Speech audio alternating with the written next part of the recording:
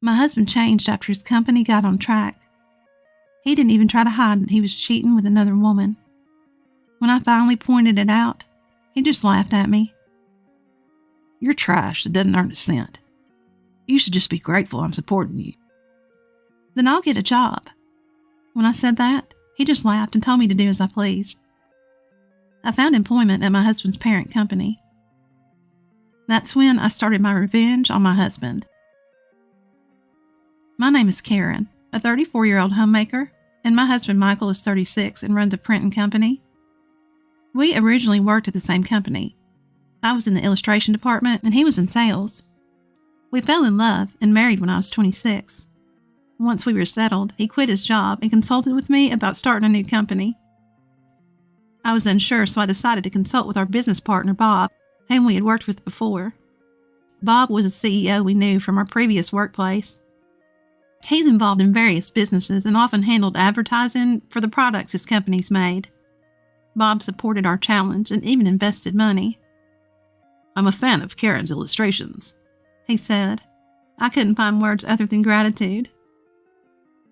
We will definitely make our company a success, just the two of us, I declared to Bob. And the two of us started running the company.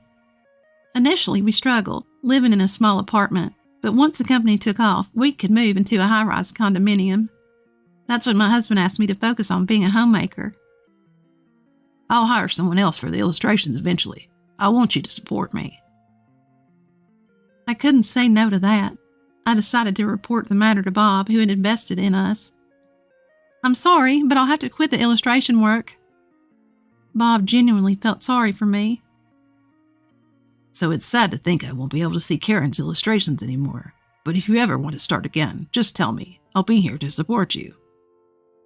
Yes, thank you very much. And so I became a homemaker to support my husband. But since I love drawing, I now upload my illustrations as a hobby to Instagram. The response has been great, and this has become my secret pleasure. My husband's company continues to thrive since I left. Our lifestyle has become more prosperous accordingly. My husband has bought a new car, and he's even had suits custom made by renowned brands. I thought it was an unnecessary expense, but I guess appearance matters when you're the boss. No matter how busy my husband is, he always has dinner at home, because this was a promise between us. No matter how busy we get, he insisted we always have time just for the two of us. This was our dinner time. That's when he would share the company's future prospects with me. I felt happy just being able to support his dreams. I thought this would go on forever. The company's performance is still on the rise, but gradually I noticed a change in my husband's attitude. He stopped talking to me about the company during dinner. How's the company doing? Everything fine? Yeah. He would reply unenthusiastically. I asked persistently to know more, and he snapped back. Don't talk about it. You won't understand. You're always at home. Don't make me explain every little thing. I was shocked that my husband would say such a thing. I tried to convince myself that he was just tired and overworked. That night, he silently finished his meal and went straight to his room. This continued for a while, and then he started having dinner outside. He would send excuses about socializing or entertaining, but he used to have dinner at home even then. I would wait for him, holding off on dinner myself, and yet now he would casually dine out. Lately, he wouldn't even send an excuse via email. When I brought it up, he would just yell at me. He seemed like a completely changed person. I felt nothing more than a servant to my husband. I would break into tears at the thought. When we started the company, we endured hard times hand in hand. Now I feel lower than his subordinates. I don't do housework because I like it. I wanted to continue my work in illustration. But more than that, I wanted to make my husband's dreams come true. That's why I've supported him with housework. But any gratitude for that has long since vanished from my husband. While he's away, I immerse myself in my illustrations. That's the only thing that relieves my stress. As I continue, my followers increase, and there are kind words in the comments. Among them, I even found Bob's name. In the comments, Bob offers to work together again. I hope we can work together someday. Just thinking about it lifts my spirits. Without this hope, I might not have been able to go on. Ever since we stopped having dinner together, a rift began to grow between my husband and me. Eventually, I started to sense the presence of another woman. I detected a scent of perfume on my husband's discarded suit jacket, a fragrance he would never use. When I questioned him about it, he brushed it off, saying it must have come from an acquaintance. He did so with a smirk, acting as if being caught wouldn't be a problem at all. For the first time, my long-standing sadness towards my husband turned to anger. I thought, enough with the mockery. I was left alone at home, waiting for my husband, unable to do anything but household chores. The anxiety of being left behind by society grew day by day. My friends only told me how envious they were. When I consulted my parents, they just laughed, calling it a luxurious worry. I had to face this problem all by myself. Then one day my husband came home drunk. I took care of him desperately and put him to bed. That's when I noticed a lipstick mark on his shirt. There's no way he'd come home with a kiss mark there for no reason. It was a declaration of war from the other woman. I had finally caught proof of my husband's infidelity. The next day, I showed him the shirt and confronted him. "Where were you last night? What's this kiss mark?" My husband was surprised by the kiss mark, but was unfazed by my confrontation. "I was out at a bar with friends. Must have happened then." "Right there. You'd have to take off your jacket for that to happen. Didn't you notice?" "I said I don't remember." My husband stood up and slapped my cheek. I fell backward, unable to comprehend what had happened. All I felt was a hot stinging pain. "When will you get it? Who do you think's providing for us?" My husband said that and went back to his room. I watched his back, tears spilling down my face. My husband had changed. He no longer loved me. I was shattered by the harsh reality. From then on, my husband became violent whenever something displeased him. If he didn't like the meal I'd prepared, he'd throw the plate on the floor. "This tastes awful. Do you even know what I eat every day? If you want to stay my wife, you better improve your cooking skills." My husband said that and got up to leave the room. "I'll eat out. If I eat this, it'll affect my work." I chased after my husband. "Wait, I want to cook what you like, but you never come home or talk to me. How can I make something delicious like that?" My husband clicked his tongue, clearly annoyed by my desperate plea. "So, shall we get a divorce then? I'm totally fine with it. I can live without you, but you can't live without me, can you?" My husband looked at me and smirked. "You're a piece of garbage that doesn't make a single cent, and you're a parasite living off me." With those words, something inside me snapped. This man will never change. The kind and considerate husband of the past is dead. Then I'll get a job. "What? What do you mean?" "I will also become financially independent." My husband laughed, clutching his stomach.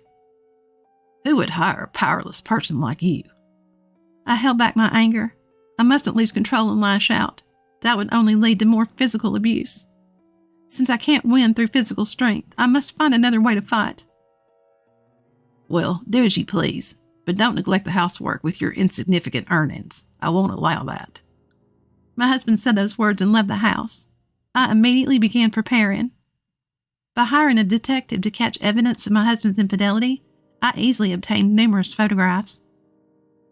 My husband was seen with flashy dressed women, enjoying drinks together and entering hotels. And it wasn't just one woman. He was baiting women with money and playing around with different ones. Seeing those photos and hearing the detective's report, I felt no emotions. No anger, no sadness. Rather, I thought it was good that the flashy behavior made it easy to obtain evidence. 1 week after obtaining the evidence, I headed to a restaurant on the top floor of a hotel. I was wearing the most beautiful clothes I could find. But I looked overwhelmingly cheap compared to the other customers in this restaurant. As I timidly headed to the reserved seat, Bob was already seated. "I'm sorry to keep you waiting." I apologized, and Bob smiled, gesturing for me to sit. No, I've been eagerly waiting for you, Karen. Making me wait isn't a big deal at all. Bob had helped fund us when my husband and I went independent. He was also now the president of my husband's parent company. Thank you so much for supporting us during our independence. I was surprised when you said you two were going independent, but since I had been working with you for a long time, funding you was no big deal. It seems the company is doing well thanks to you. Bob's face turned stern at my words. Well, that's true, I guess, but today it's about you accepting my invitation, right? Bob said, smiling and reassuring me. Yes, please. I straightened up and greeted him. Bob was one of the people who highly praised my illustrations. He provided funding when we went independent because I was part of it. He was the only one who advised me not to become a homemaker. We had lost touch, but he found me on social media and left a comment. We began communicating through email and SMS. But you understood my illustrations well, didn't you? I'm a fan of yours, and I'm really glad you didn't quit illustrating. I never thought you'd scout me, though. Bob had offered to hire me as an illustrator via SMS. It was quite some time ago, and I had declined because of my household chores. But he kept inviting me time and again. It was a week ago when I decided to accept Bob's offer during a conversation with my husband.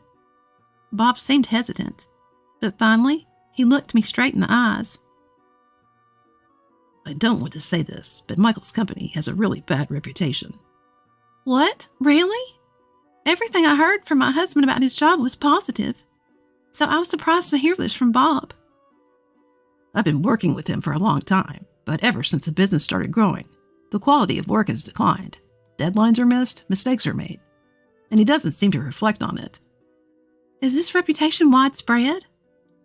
Well, his company was growing rapidly, so it drew attention, but now it's attracting the wrong kind of attention. There are even rumors of him associating with a bad group. I didn't know that. I realized I didn't know much about my husband. To lighten the mood, Bob said cheerfully, Anyway, you'll be drawing illustrations for us from now on. No need to outsource it. It's a big benefit for our company. Thank you for accommodating my request to not affect my family life. It's okay. We don't intend to overwork our employees anyway, Bob said with a smile. And so, I started working for Bob. I only had to draw illustrations, so I didn't need to go into the office. Bob allowed me to work remotely. This way I could work without it interfering with my household duties. I really felt the joy of drawing, something I truly loved. I had enjoyed it as a hobby, but now I felt the joy of being able to work on commissions. It was a fulfilling job. But there were times when my household chores and supporting my husband took up my time. A desire to work as much as I liked on my own started to grow within me. Thankfully, I started earning a decent income. I thought that I could live on my own without any problem. As I was working as usual, I heard the door slam loudly. When I went to the hallway, my husband came to me with rage in his eyes. You traitor! I couldn't understand what my husband was saying all of a sudden. To think that my wife would take my job. It was then that I realized the reason for my husband's anger. Since I started working with Bob, I began to work with other companies as well. Thanks to Bob's recommendation, I was able to secure contracts smoothly. Most of the companies I contracted with were my husband's business partners. This was my revenge. It must have been frustrating to have jobs taken away by me, the one he looked down on. You have no right to tell me anything. I've just done my job. I have your permission. My husband's eyes filled with rage, but I didn't flinch. Go ahead, hit me if you want, then I'll call the police. The word police seemed to calm him down a bit. My company is failing because of you. What are you trying to do? It has nothing to do with me. I went into the room and brought the divorce papers to my husband. We're not husband and wife anymore. Don't be ridiculous. You're divorcing me because my company is failing. You're just a gold digger. I could have divorced you at any time, but I thought now was the right timing. After all, I have a lot of work now and I'm making money. Hey, wait. Let's talk about the company's future before we talk about divorce. We started this company together, didn't we? You kicked me out of that company, remember? I have nothing to do with it now, and I'll make sure to get compensation. Michael was irritated, biting his lip. How greedy can you be? You can't claim compensation when you're the one asking for a divorce. Do you know how many times you've hit me? And you were having affairs without a care? I have all the evidence. That's enough to claim compensation. I showed him pictures that proved the affair. My husband, who had heard everything, fell to his knees and begged me. Please, the company's in dire straits. I can't handle compensation or divorce on top of that. Please support me. As soon as people found out that the company was doing badly, they abandoned me. You're the only one who hasn't. I didn't listen to such a pathetic idea. I left the house with only my work tools and a change of clothes.